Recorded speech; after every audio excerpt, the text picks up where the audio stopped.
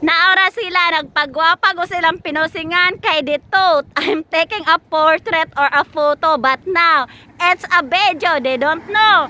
Look at them. Sige silang pangatawa. Kay wala sila nakabalo nga video di ay ni. Money siya sewal dari sa Nagba from Leona's house. Ang ilang Leona ditong dapitat atong dalana. Ni angkas ditong dalana kanang naiposte padulong sa taas. Og tan-awa ang pedicab ni Age from Shaton Tumalo. Nana siya daghan dire o tiya napa na siya mga sakayan ditong dapita mo na gitawag og bigyo. O pula og color, look at that. Og naa pa na siya dire kaning dalana. Ang tolo, nagsige na kung silang paposan kay ditot lagi. Mukuha lagi ko og photo. Ni passion na sa Atisensya. Look at that, Atisensya taking a post.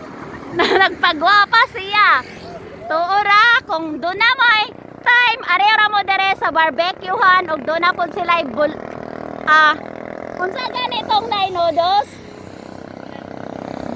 Dili siya bulalo, kung dili kanang batso yan.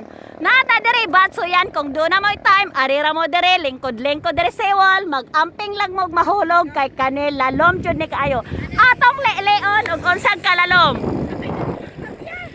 Nana na siya kalalom. Ayaw mong sakay pedicab kay madugay ta mo abot. Madugay ta ana mo abot. Nana na mong sakyan nga pedicab. Muna sakyan na mo nga pedicab og namara na sila naa ang pedicab Rualas Express 1 og muna irang sakyan padulong sa Shaton.